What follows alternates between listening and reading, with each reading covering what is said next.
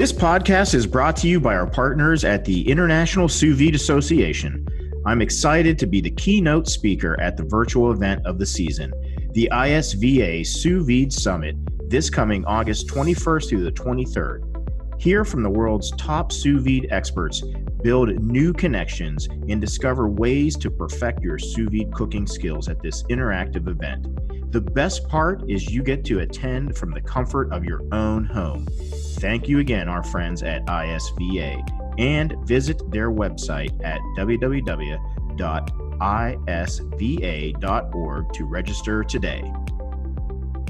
Hey everybody, welcome back for another week of our podcast. And this week we have a very special guest. I would consider him to be one of my mentors over the years during my time doing Bocuse d'Or, and that is Chef Daniel Boulud. I will tell you, I've met many amazing chefs over my career, and Daniel, I will tell you, is probably one of the most gracious, happy, always a big smile on his face.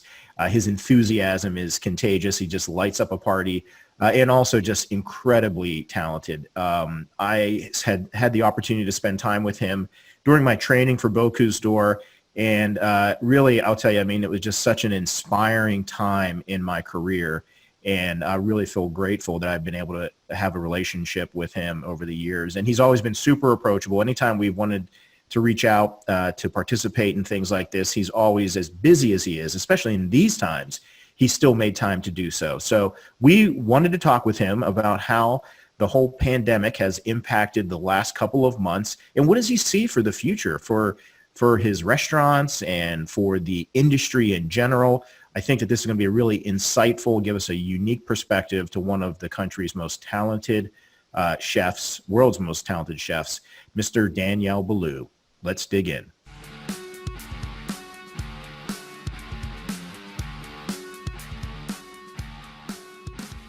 You obviously have been an iconic American chef. I mean, you have you're a restaurateur. You have restaurants around the world.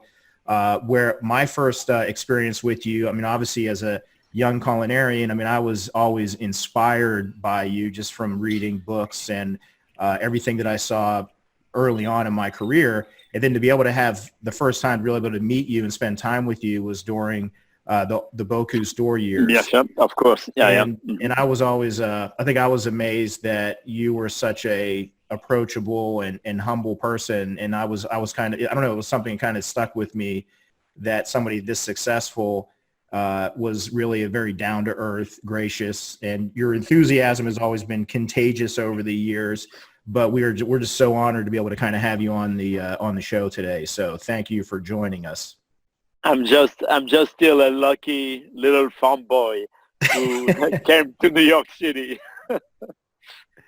Well, I can tell you too, I know from going over and visiting your family's house over in France, I mean, you could tell that was those traits were really kind of in your DNA. It was in your family. I mean, you could just see the hospitality with your family as well. So Daniel, wanted to ask you about like the last couple of months. I mean, what has it been like for you as trying to navigate through this with your company?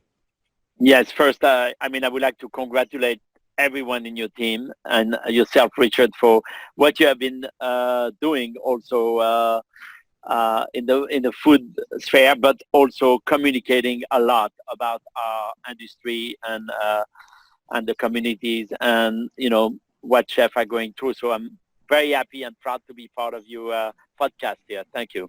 Thank you, Chef. Appreciate that. And the last 4 months, almost 5 months, since March 13, I've been a bit of not a roller coaster. Yeah, well, maybe a roller coaster, but mostly going down. And that was the scary part. It's like, where are we going? Where are we going? And I think we are touching definitely the low part and riding up again. So, of course, during that time, right away, it was to close our restaurants in New York, in DC, and then within a week time, Toronto, Montreal, Singapore, London was closing week and a half time. And of course, everything stopped. And so from about 780 people working with me in New York City, plus Palm Beach and DC, which are our restaurants, we were down to 7 people. Wow. And everybody else had to be furloughed. And that was really a free fall, I will say, in something you can never imagine. I mean, you close a restaurant, you feel very upset. You lose staff, you lose people you care for, but you close, 10 more than we closed 12 restaurants Wow. and other businesses such as retail store, epicery, catering, and all that. So that was beyond a free fall. But right away, we kind of we made sure that we took care of our staff and also build a foundation right away, hand in hand by Daniel Boulud, who was to raise money to make sure that we could assist them on top of maybe, their unemployment rate. And that really worked out well, and we keep continuing to support them and cover also their insurance, health insurance, and all that. I think it's very important. And little by little, we have been bringing back people. So Palm Beach, we could manage to continue to do right away takeout and curbside pickup. And in New York, as maybe a couple of weeks after we closed, I have a new partner in New York City, Mark Holiday. And Mark Holiday is the CEO of SL Green. And they have basically buildings all over town. And is my new partner at One Vanderbilt there. We're opening early next year, in early 21. And he said, I would really like to put back all my tenants in business, and I want them to make meals, and I will donate those meals to the city of New York. And he said, but Daniel, can we start that together? And I said, of course. I was looking for an opportunity to be able to do meals and support World Central Kitchen and support City Meal on Wheels. And so to date, we have gifted more than 200,000 meals. Wow. And we and I made about, I would say, more than a quarter of that myself in the production kitchen downtown with a small crew, but at least it gave me a chance to bring back people and start to do that. So we do that right now with City Meal on Wheels every day. And then Danielle, I also started the to-go business.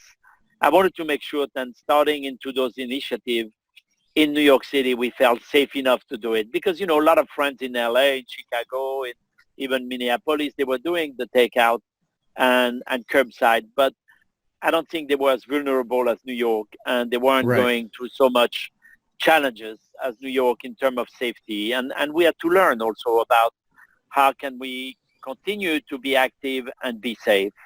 And I think we have been cautious enough. And so we started Daniel Boulud Kitchen. And there is a bistro menu. There is a seasonal menu. We have special package for weekend where we can provide the 3 meal, Friday night, Saturday night, Sunday brunch, and with like dishes like bouillabaisse and something like soulful or fun. And so it has been good in a sense that we keep bringing back people more and more. Since then, we reopened Bar Boulud. That has been about a week ago. Since they gave us the authorization outdoor to be able to sit down people in New York. And so that is good as well. But it is 10% of what our business used to be, maybe right now, and it's growing. We're opening the retail store this week, which is Epicerie Boulud. And so little by little, we're learning to walk again. As somebody that has international perspective, because you have locations around the world, would you say that like in the United States is when things really kind of hit here that kind of impacted, or did you see this coming with other locations around the world, or was when it got to the United States is like when it kind of hit more of the tipping point where you said, hey, we're going to have to do something. We're going to have to act. Mm-hmm. I mean, there was some concern in Singapore, and but Singapore took big initiative at checking. There was only one entrance to the entire casino there, the Marina Bay Sands. People were checked right away, so they Right. took step of caution there right away that I think they didn't close for that matter, but they took a lot of step of caution for control, and that gave us some warning like, God, I mean, things can come to us. And then I was in Toronto on Friday on a Thursday the 12th, and I was planning to stay there over the weekend. And suddenly in New York City, I wanted to come back right away because I knew I wanted to make a decision. A week, not even a week, like 5 days before, we received a letter from the health department that one person was in our restaurants, and he was not, well, that's what they said, and while he was not positive, couple of days later, he went to the Modern and was positive. So because he was in your restaurant last week, the Right. week before and early, we wanted to let you know, and could you confirm that he was there and all that? So we had his name on the book, so we knew. And this was also an authority in New York managing the some city business in New York. So it was in the Post all over the place. And I got scared because, that weekend after he came, I had my kid in the restaurant. We were, it was Sure. just it was a normal day, but then it became such a scare that I felt like, this is too difficult and maybe we should close right away. And as I was making the decision to close, Eric repaired the Bernardin. We spoke at 4:00 in the afternoon. He said, I'm closing today also. And it kind of like, we were a couple of restaurants. I think Danny Meyer was closed also. And then within 4 days, everybody closed. Wow. Well, I know that, a lot of chefs across the United States, a lot of people are just like in this situation where they don't know like what to do. But I think to hear things like what you're doing, where you're evolving and you're adapting, and it's okay to maybe not know like exactly what's the right thing to do, but you try things and you evolve, it's and important. but I think there's a lot that can be learned from that. So I'm going to let Rachel and Christopher talk and ask. I want them to ask some questions. It's such a great opportunity to have you on the line, and want them to get some questions in. So. Thank you, Richard. Thank you. Yeah, Chef. One of the things that I've been talking with many people is that about Bocuse. We know that you're pretty close to the entire organization here in U.S. and also in France, of course. You're one of like the iconic of the Bocuse. So what do you think that is going to happen? We already saw that Bocuse d'Or, the organization, took pretty much all the countries that they were pre-selected from America, entire America, South America, North America, to the finals that is going to be next year. Do you think that this is going to happen, or they're going to wait until probably a couple of weeks before, a month before, until like they really decide the competition, the finals are going to happen or not? And how is the U.S. team getting ready for it? Well, we have had conversation with Lyon, telling them that, our country and our industry and our community are shattered by what's happening, and that neither we have the time, neither we have the resources, because we want to put those resources to better use, right, or at least different use, not to say better, but different use. And neither we have the focus to be able to go to Lyon in 2021, but we believe that maybe it's possible to still run a Bocuse d'Or. And I think they're looking at not maybe, they want to do maybe the event because they feel that maybe the conference will happen there next year. but in a different format. So our position is, we at this point we are not prepared, and I don't think we will be prepared to be there in January, as we stop everything from. We were going to start to get into the training program as the summer was coming in, but it's not the case anymore. And if we have opportunity to raise money with our sponsor, that will be maybe for a different cause. Right now we have bigger cause, I think we have important things to discuss and to support and to have a vision for. And I think we have to try to put it aside for a short. Does not mean that we don't want to do Bocuse d'Or anymore. We just need a little bit of time to put our thought together and see where we are going right now.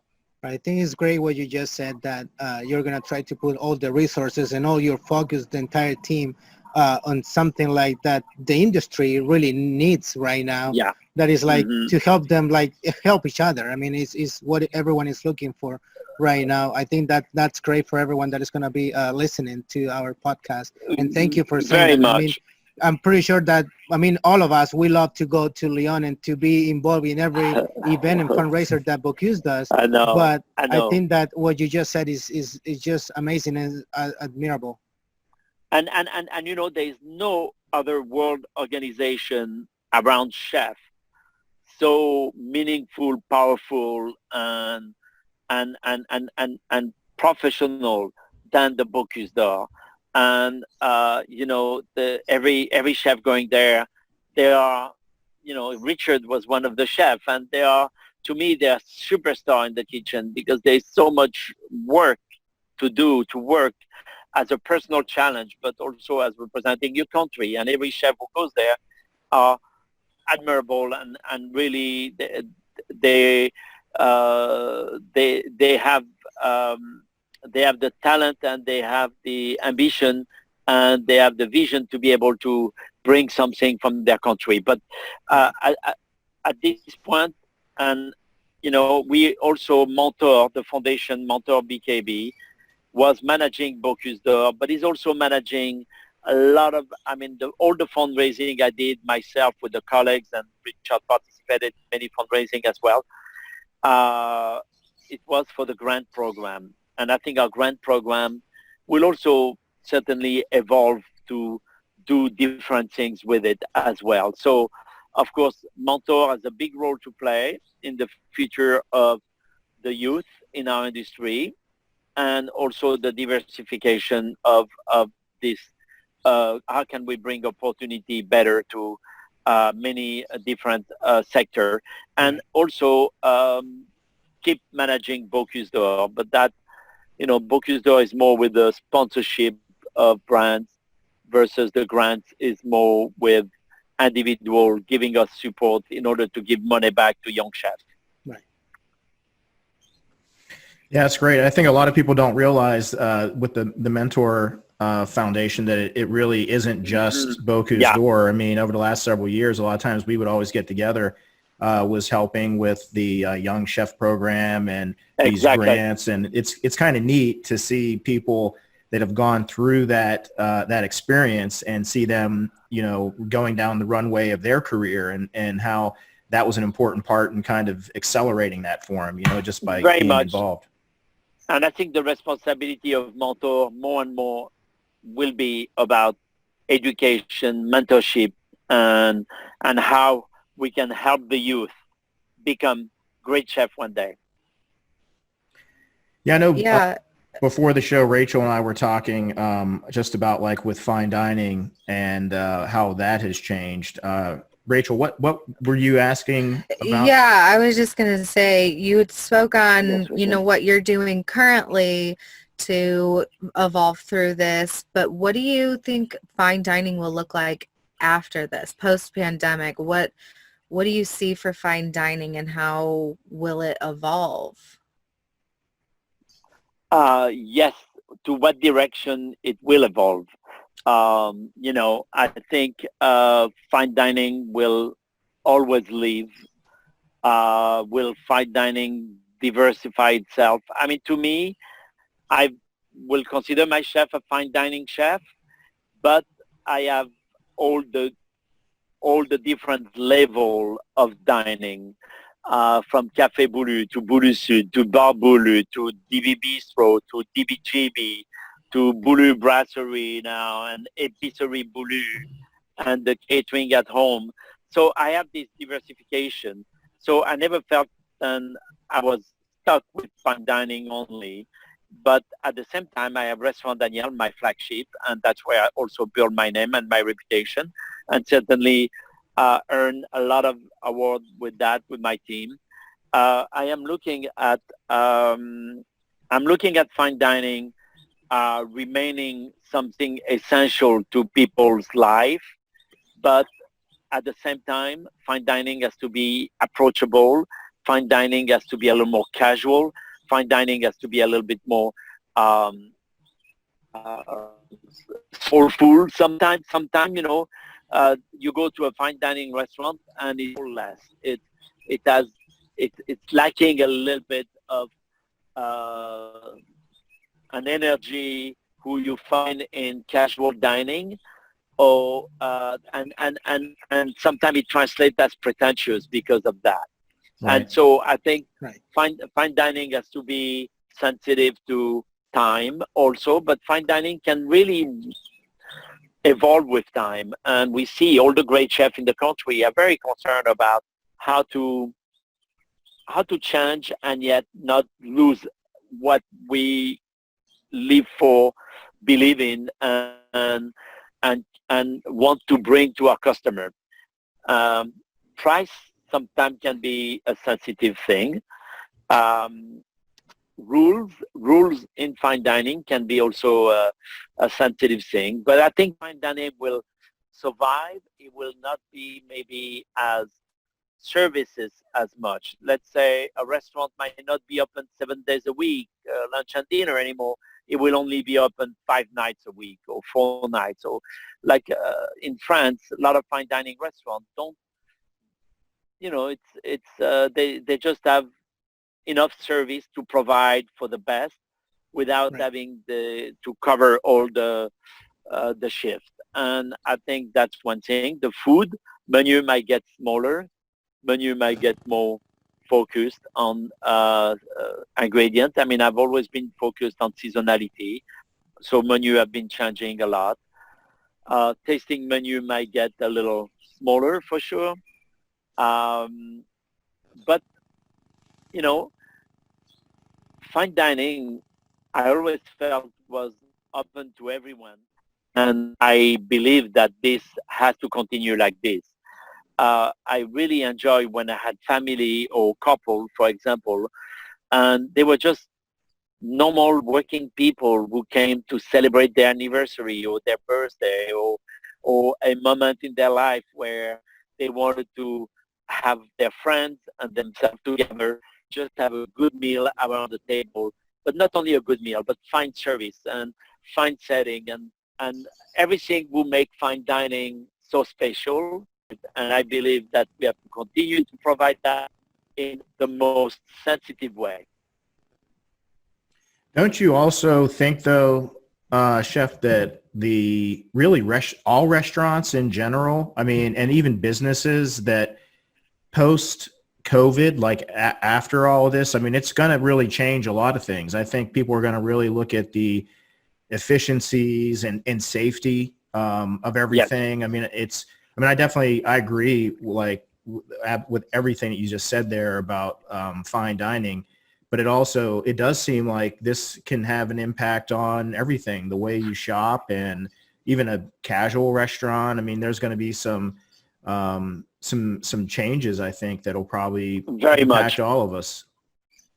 Very much. And I think, and I hope that we can come back to a normal life one day where, but I think this, not only the social distancing, but sort of the safety net we are building right now, and Right. It's starting to ingrain in us. will, I think, live long for that. But at the same time, fine dining, like many other dining, it's the same human connection, the same nurturing, the same pampering than, a casual restaurant. And I think we don't want to lose that. We don't want to lose the fact that this emotional connection between a customer and the food, the customer and a waiter, the customer and a busboy, the customer and somebody, and the chef and all that. We don't want to lose that. And as COVID is challenging us and this new rule of safety toward our customer, our staff, and all that is there, we still want to have fun and we still want to bring pleasure. It's all about that. Our stimulation is in giving pleasure. And if we take that away and we feel that we are robotizing our delivery, I think it will make fine dining go away for sure. How have you kind of like kept the team inspired, the people that you're working with through all this? I mean, are you guys doing Zoom calls, or is there any, what have you been doing to try to keep everybody inspired through all this? I've done, I live on Zoom, but better now because now there's kitchens open. Now we're going to have 3 kitchens open in New York. That's great. Out of 6. So it's good.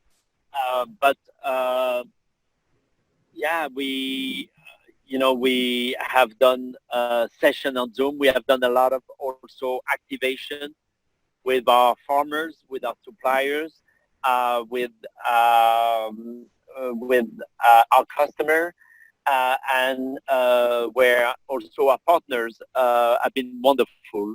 Amazing partners who we have created live class with them, and it has been, and they have been very supportive. They gave money to Hand in Hands in order to give back to my staff. So I have been also in touch with the executive a lot and make sure that also all our executives stay in touch with our team individually as well.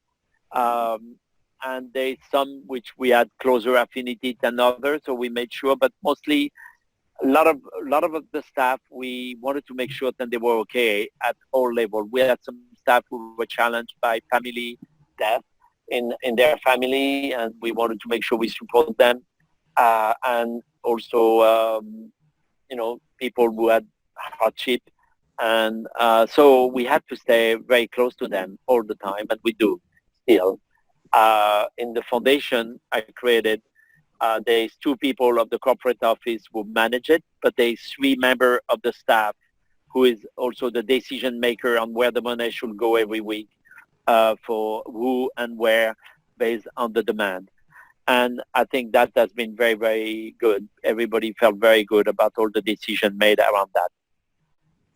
And then, of course, there would have been so much we could have done with everyone if we could have kept them on staff, because we could have wrote cookbooks. We could have done so much together as one, but because they were collecting unemployment and we didn't want to, disturb that and ask, and asking favor to someone who is asked to stay home is very difficult. You cannot do that. Either you rehire them or you leave them to be able to be covered properly. And so, it has been always restaurant by restaurant, team kind of relationship as well. Is there anything that, like, over this period that you've that you found that you're kind of grateful for, or that, because this has obviously changed your schedule too. Is there anything that's like come out of this that's been positive? It's like, oh, you know what, I've been able to do more time, have more time to do this or more time to do that. Because this has impacted everybody's personal life and work life, everything. I think the biggest impact and I'm so thankful for the team members who came back with me to do all these meals we are producing in New York, and we keep producing. I don't know, at the rate of 5,000-6,000 a week at our commissary kitchen. And I think to me, I've been the co-president of City Meal on Wheels for the last 10 years, and I've been supporting City Meal on Wheels so many years, for 3 decades, and to have really step in and try to really support the program in a bigger way, I think was very meaningful. I think there's not a single chef, there's not a single restaurant, there's not a single restaurant family who has not been impacted. And we all learn to sustain our team, to sustain our relationship with everyone, and especially also with our suppliers. We try to find ideas to activate things. But I've learned, and I'm learning more about takeout, and that's something we all learn about that. And I'm not the only one. I mean, I speak with Gavin, I speak with Grant in Chicago and all that. And I mean, who in the world would have guessed that Alinea will do takeout like this? Yeah. And I think those are certainly the things we have learned. And, I have children, young children like you, and it has been also a learning curve to be able to live with them every day, and have nobody to help you besides my wife and we have the 2 kids. It's not like we have always the grandmother and the aunt and the cousin and nearby as well.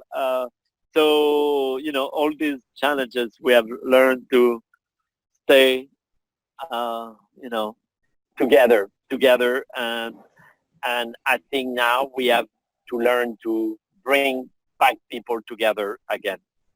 I do think that the social media, I mean, I know that people point to that as being like, it consumes your time and all the negative things people say about it. But to me, it's nice to be able to see what my peers are doing, what my friends and colleagues. I mean, I've watched you cook a couple of dishes. I was like, oh my God, that looks great. I'm going to make that next. I think you did duck one day. The chicken, the poached chicken. You don't need to follow my recipe because usually when I cook at home, I have about 30 minutes. So, but I did few classes where I took the time to record a little bit better things. But I think that's what I've always admired about you for so many years is how approachable. And, you're not trying to make it look like something it's not. It's like you're busy, you come home, you're trying to get some food on the table. And also, too, like the simplicity. I mean, I've learned that when I was going through Bocuse store, and that competition is very much about, like, you're trying to put all this work into all these different things. It is. And sometimes that can be in conflict with good taste. And sometimes just the trying to find that balance in the Bocuse store is really hard to do. But I mean, simple food. I mean, some of the things that I watch you make, just simple things. I mean, they look craveable and yummy, and you're like, man, I could really go for that tonight. That looks delicious. So. But the thing is, then, in a competition such as Bocuse d'Or that you did, you can't be spontaneous. Right. Oh yeah.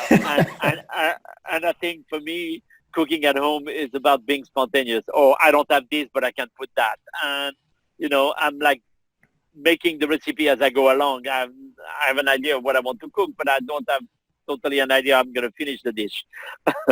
Versus Bocuse d'Or, you need to know how you're going to finish that dish. Well, that whole experience, I could say for me, I mean, that was a lot of adversity to go through that. And I'm hopeful as I kind of compare going through that adversity that this one, which is so much more epic, what we're going through today with the whole pandemic, that hopefully that something good comes out of this, that we all as a society and even just as individuals that we get better, because it's asking a lot of us. It's asking a lot of our companies and of our individuals and our team members. And, you know, I mean, I think that if there's a way to figure out to find the positive out Very of much. all of this. Very much. And I think we are definitely, America is definitely in a turning point in I hope for hundreds of years, centuries to go,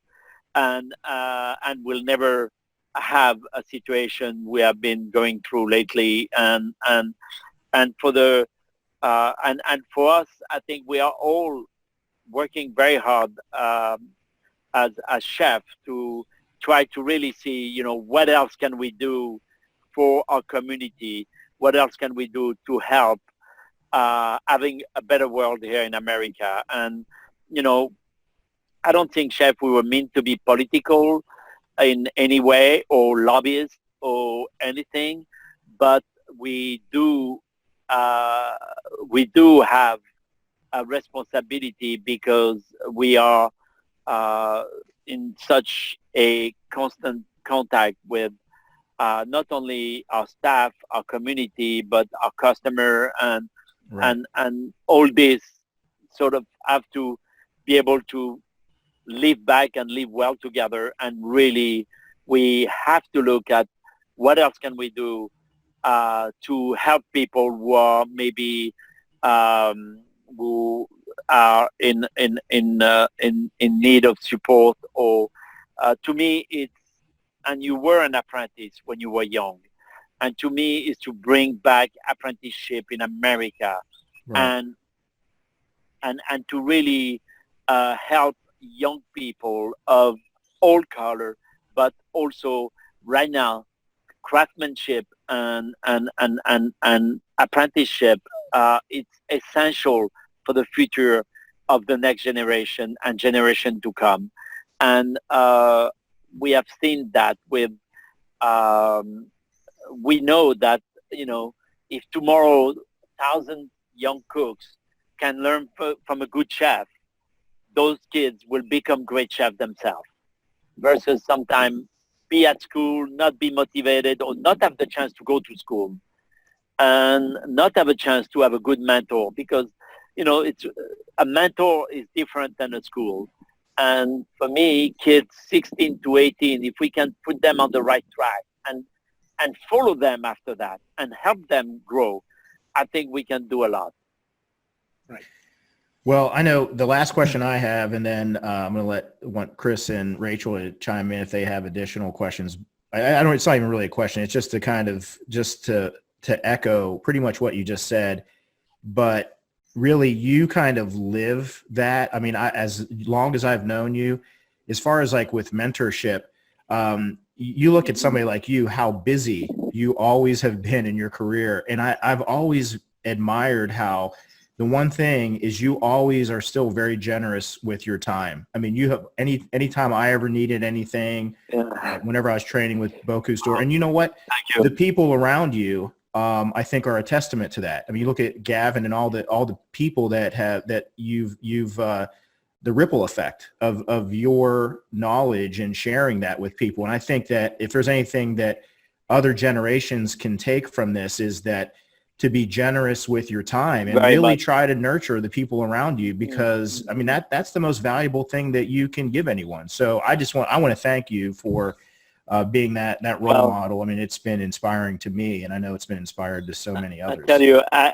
have been cooking for 4 decades in New York City now, and I'm so proud of, even when I arrived in New York, there's still chefs who are active. Or one of the chefs, for example, is a farmer on the Hudson Valley, Ray Bradley. And Ray was a line cook at the Polo Lounge with me in 1982. And he now does the farmer's market in Brooklyn and other farmer's market. The other day I needed pig feet. And he said, "Oh, no problem. I'm raising pig. I'll get you pig feet." But, you know, to have this, and this is one example out of thousands of young chefs all over the country who are still very active and we were together in a certain decades and did things together, and they send me texts and messages and remind me, and they work with me here and there. And I think that web of connection, I know that if we want to put that power together and do something together, I think we can really do. And I think that's the beauty of our business, is the web we have and how we can make that stronger and more powerful. I was talking to a couple of chefs that they're instructors in my country. I'm coming from South America, Chile, and they are trying to keep the young students motivated. What would you say to all of those people that you were mentioned, that some of them, they have to, like, they can keep paying the university or the institute, whatever they're studying, and some of them they're not going to be able to, and they're going to have to go back probably in a couple of years to try to keep learning about culinary. What would you suggest to them to do during this time? Well, of course, I think it's very important to study, to keep studying about food, and to keep staying focused about food. I think I happen to be French. I love all the other cuisine, and I flirt with South American cuisine sometimes. I make an amazing muqueca where even the Brazilian kiss my hand and say, "Ooh, it's so good." My mother don't do it that good. Oh, I love Asian cuisine. I love Italian, but I'm French at core, and I keep studying about French cuisine. I keep being inspired by French cuisine. I love American cuisine. And I think for young kids is, keep learning, but stay focused and keep moving forward, stronger, better. And we have seen, for example, with bakers, for example, kids who learn to bake breads, they learn the art of baking, but the art of baking is pretty narrow in a way that, once you master sourdough, you don't start to go and make all kind of bread. And I think for cooking, it's important to find a direction which you feel you have the biggest strengths and the best expression of yourself and your belief, and you can continue to teach from it also, because that's what's important. I think what makes a great chef is a chef who not only can cook well, but can mentor well. Right. That's great to know, and for everyone that is listening. So for every young kid, they have to figure it out what kind of mentor they want to be once they grow up. That's a good one. Yeah. It sounds like it sounds great. It's great to just put them in that position. Like, you need to think from now where you want to be and how you want to mentor other people. So they're gonna, the focus is gonna be different whenever that time comes. And how you want to impact also your world. Right. I'm involved, and to me, is more the art of cooking than meaning that it don't matter if you're gonna make pizza or if you're gonna make a noodle store or if you're gonna do a fine dining. Just be the best at it. Right. And keep learning about it. Right. Chef, just one more question. I went to Chile. I went to you went Chile, there? I want to say. Yeah. And I went to a restaurant and they put cheese on my fish. And I said, oh my God, I've never seen that. Yeah, they to be honest, they love to put cheese in, and usually they call it like Parmesan cheese or something like that. But it's they put in the seafood, they put a lot of cheese too. Yeah. And I cooked, exactly. And but it was not done by a new generation chef. It was done by, and I think they were from Europe, a restaurant from Europe, and it was kind of an old restaurant there, not with a description of like Chilean food or anything. But anyway, I cook there. I cook in a winery there at Santa Rita. Oh, Santa okay. Rita, That's south of great. Santiago. Yeah, I went to cook there because the owner was a good friend, customer, and on the that's way back from awesome. Brazil, he said, would you stop in Chile? And I said, yeah, I want to see Chile. So I went to Awesome. Santiago. Oh, chef, one more question. What do you like the most over there, like as a product? Where in Chile? Yeah, Seafood. I mean, you have the biggest coast in the world right. for seafood. And to me, it was that. And the wine are very impressive as well. That's great. I didn't have a chance to see much more than that. That's great. Rachel, do you have a? I do have one last question. Yes. Actually, let's make it two. We have seen a lot in 2020 this year. I mean, it's been quite a year Yes. for us. What has been the biggest lesson that you've learned? I think the biggest lesson I've learned is that, whatever we took for granted is all scratch, and we have to rebuild a new path. And I think what I've learned is to, I hope, never experience something like this, but that this experience will be useful and meaningful to the future generation, that they have to remember what the world went through, but I mean our industry and what we are facing with that. What I've learned is that we are very fragile and vulnerable as not only a business, but as a structure and as a profession. And some businesses did very well during COVID. The restaurant business went flat, and I think the small businesses is the hardest part. And I hope that things will come back for everyone, but I hope that the one who lost their business, of the energy, the talent, they do have it, I'm sure. It's just the energy and the means to be able to rebuild it fast. Right.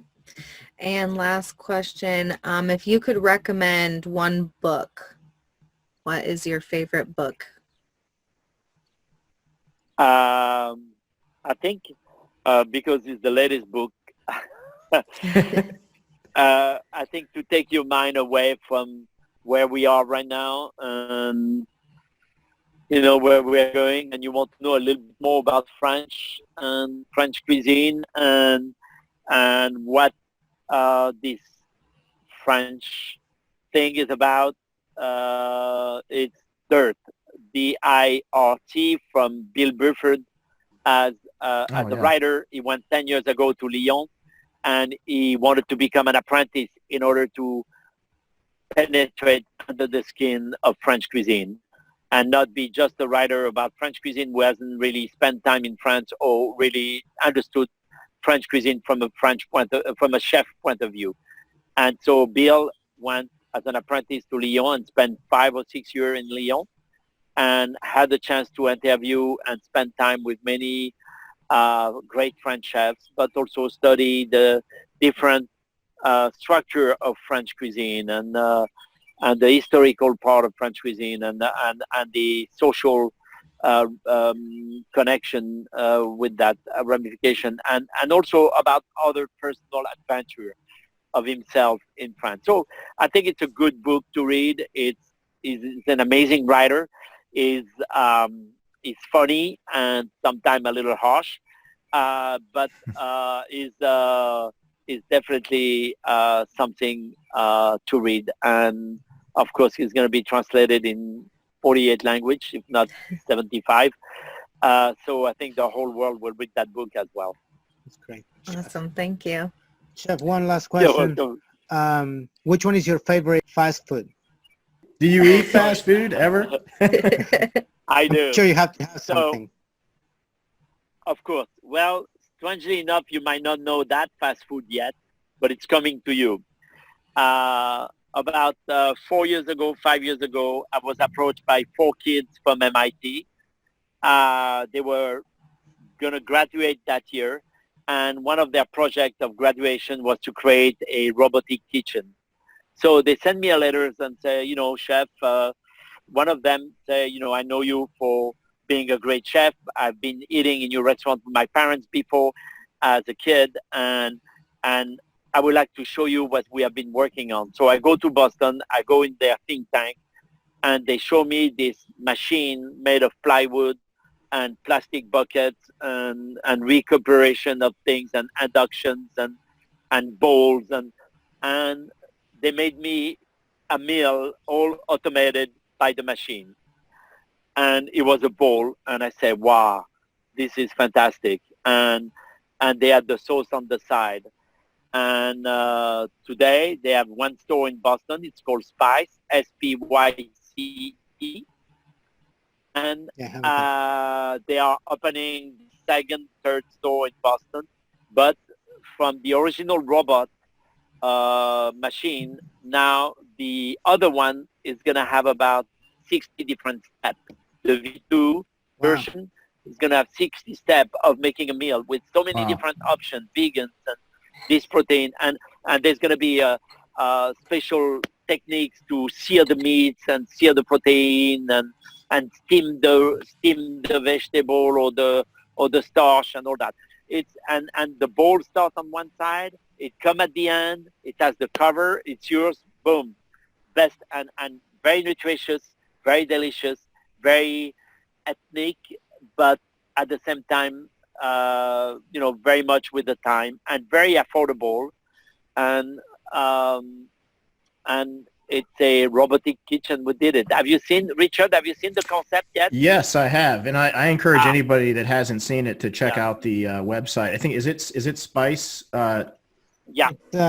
It's Spice.com, Yeah, right. Spice, well, with a Y. I think the new store they will be opening will be even more, I think, impressive with the evolution of the work. And so not only I'm an investor in this company, but I'm also their culinary advisor. And so I love that. I love also Sweet Green because I invest in Sweet Green as well. I love, I like when young people come to me and say, do you want to put some money with my new business? Because we think oh, you're going to get a bunch of Instagram direct messages after this. Not that I have a lot of money, but I like to pitch in for, goodwill. That's great. And also for believing in it as well.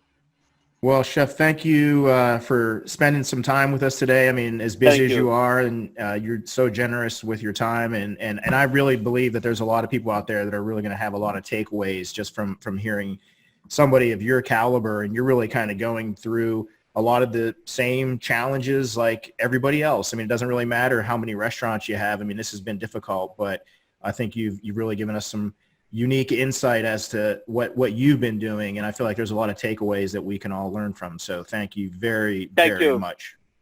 Thank you, Richard, and that means a lot for me to spend time with you. And also, I want to congratulate you for who you are. I'll never be a technician like you. I'll never be a wizard like you. we both are chefs, but there's things who make me salivating, and I say, oh, maybe I should ask him the recipe because I don't know if I can pull it off myself. I mean, and when you do barbecue stuff, I need help.